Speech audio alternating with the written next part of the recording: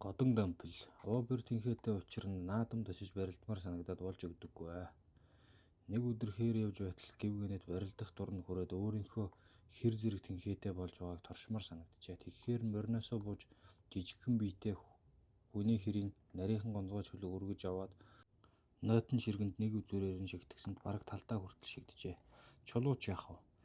Амьд амтан ямар байх нь вэ гэж бодоод морой сүүлний нуг дээрээс барьж байгаад ороолгосонд морин дампилыг тойрон зүтгэж дэмийлд ороо цогчиж байсан гин. Дампил за одоо наадамд барилдахад юутай ч гэсэн болох болжээ гэж үзээд анх удаа улсын өмнө нөцгөлөөр шийдсэн гин. Хотгойдын нийбээс улаастын амбаны их наадамд явах гэж шинэ имэйл төхөөрч хөл болж суухад адуучин банд дампил орж ирээд бэсгүй гэж царайшлангуй дуугарсаар тулганы захад өгч суугаад улаастын наадамд намайг дагуулад яваач. Энэ жилээс наадамд ноцолдож үзмээр бодогдоод байх юм гэж үнэн учраа хэлжээ. Тэгэхэд бис иш дампил минь сэвтэхгүй юмд сэвтэж сэр хүзүүнийхээ махыг барж байснаас тарагныхаа савтай байсан дээр бижээ гэж хэлээд хавтуулсангүй. Хэд хоногийн дараа нийбээс хатад хүүхдүүд хавь ойрхон хяа тушмдыг дагуулсаар наадмын замд хөдөлжээ. Энэ үед залуу эрийн хор шар буцалж наадамчдын мөрөөр орж явган явсаар улаастын амбаны наадам дээр ирж барилдахаар нэрээ бичүүлэх гэсэн чинь нутаг хошуунаас магадлаагүй хэмээн шалтак заагаад бүртгэж авсангүй гинэ. Гаруу турдан хөлгөд уяанд багширч газрын бөхчүүд асар майхнаар дурж амбан зориулсан наадам 85-та эхэлжээ.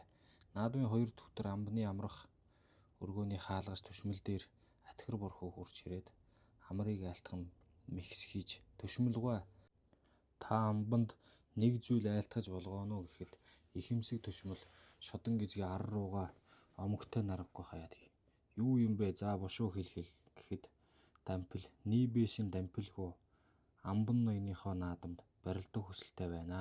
Болгоо сойрхно гэжээ. Түшмэлгүй удалгүй гарч ирээд нэгийн даваа шувтарчихсан болохгүй гэж айлдаж байна гэхэд дампил түшмэлгүй та тэгвэл амбанд их наадамд чинь дампилгүй төрүүлж тоосоо өргөё.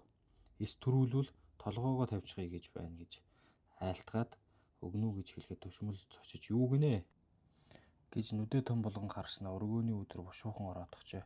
Удаж гарч ирсэн түшмэл бүхин онооны түшмдүүдийг дуудаад тэдний ирэхэд амбан бүхин оноог задал барилдах дуртай бөхчүүлийг цөмийг барилдуул гэж тушаагаад бас нэг түшмэлдээ хурцлах элд бэлтгэхийг сэмхэн даалгажээ. Ингээд л дампил амбаны өмнө ам гарч толгоогоо тавьж наадамд барилдах болсон байна. Тэгээд амбаныхаас гараад явж байтал чөдөртэй морь тааралдаж гин. Гидсэн доогуур нь гараа хийгээд өргөж үзвэл нэг их хүнд ч биш санагдаж мориноос хүнд хинч байх вэ дээ гэж надаас өөр хэн төрүүлэх вэ дээ гэж бодогдох ажээ. Гол асрын зүүн жигүүрд суугаад хоёрын давааны бөхчүүдийг харс суусан нийбээс дуу алдан тэр дампил гайхлуудаа гэсээр өндийхэд дэрэгдэн суусан нэг түшмэл харин тийм ээ дампил арай галзуурчхаагүй байгаа амбаны наадам төрүүлж чадахгүй бол толгоогоо тавьчихъя гэж хэлээд барилдаж байгаа юм гэж сая улс хамтан ярилцаж байхыг сонсоод танд хэл зүрхлэхгүй суугаал даа бай гэжээ. Орой наадам тармагч нийбээс дампилыг авчруулахаар хүн явуулсан боловч дампил олдсонгүй. Тэгээд маргааш нь дампил хид хідэн даваанд бузгай сайн барилдахад нийбээс хөөрхийн юм уу дампил минь овоодоо гэж бодон суучээ. Тэгтэл дампил ойчлгүй явж үзүүрт хүрэн амбаны бөхтөө хоёулаа үлдээтгэжээ. Нийбээс түшмлээ явуулаад дампилыг олоод ирж дампил минь чи даанч яв ингэж хүн амнаасаа уйддгаа надад хэлэхэд яава. Одоо чамд юу хэрэгтэй байна гэхэд дампил шидэмсээр багалсан муу гутал руугаа харснаа. Нэг сайн товшмол ултай луучин хэрэгтэй байна да гэжээ. Нийбээс тэр дорн нэг хаагаа дуудаж за чи дампилыг дагуулад яв. Энэ улаастын пүүсүүдээр орж санаанд нь тохирсон сайн гутал авч өг гэжээ. Дампил түшмэлтэй хэд хэдэн пүүсээр орж 4-5 гутал үстэй. Дампил үдсэн гутлынхаа хоншоорыг нэг мушгиж ханз татчихад дор нь үнийг нь төлөвлөчгээд яваад байжээ. Нэг пүүсэнд орж нэг гутал үзэж хоншоорыг нь мушгиж үтсэн эс ханзарчээ. Түүнээ авч бээсээ 6 гутлын төлбөрт оруулчихад ирж гинэ. Үзүүр түрүүний 2 бүх гарлаа. Амбаны бүх дампилыг дийлэхгүй байх хэрв дийлэх бол хэдвэн амлаж аваад хайчих үзээ гэж зарим нь ярилцсан. Үгүй амбаны бүх зориг бяр мэх тэнцүүхэн хүн дампилыг өрөвдөж бууж өгье гэсэн байх гэж зарим нь ч бас өгүүлнэ. Иймэрхүү яриа дуусаагүй байтал хоёр бүх барилцаж явлаа. Амбаны бүх дампилыг баруун зүүн тийш нь гуйдан гол асар руу дөгсөөр явва. Дампил хөллөж тогтсоор байв. Наадамчид амьсгаа даран хоёр бүхөөс нүд салгалгүй ширтсээр. Асрын гацсанд ойртохуя амбаны бүх дампилыг дүүгүүрдэн эргүүлв. Дампил хүчийг нь дагуулan биед нь наалдаж ачаад Сүвэний хавиргыг нь хуг хаяж амбаны наадамд төрүүлжээ. Ингэж Нибесийн дампил анх удаа Улаастын амбаны наадамд төрүүлжээ.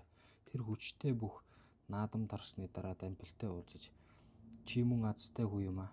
Би чамайг хүний гарт өгснөөс өөрийн гарт өгөх цаашаа амбаны өмнө авч очоод дүүрэх чинь дэлбс авчихъя гэж бодож яваад гинтлээ" гэж байсан гэдэг.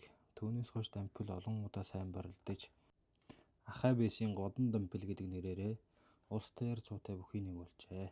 Бадаргуулалтын 14-р он буюу 1888-1890 оны даншиг наадамд Годон дампил хоёуланд нь 953 төлдөж Цэцэн хааны бүх дугур аврагт 2 унжээ. Мөн 1893 оны даншигт 7, 1897 оны даншиг наадамд 8 давж Намхай аврагад тус унжээ. 1901 оны даншигт 5 давсан зэрэг баримтаа зөөцгөд Годон дампил хосгүй сайн бүх байсан байна. Нутгийн сайн мэдэх хүний яриагаар бол 56 нас хүртлээр барилдаж байгаад өрөөсөн гар нь согогтой болж барилдахаа болсон гэдэг. Бүгжүүдийн тухай домогшүүлсэн хууч яриаг дахин сонсохыг хүсвэл subscribe дараарай. Баярлалаа.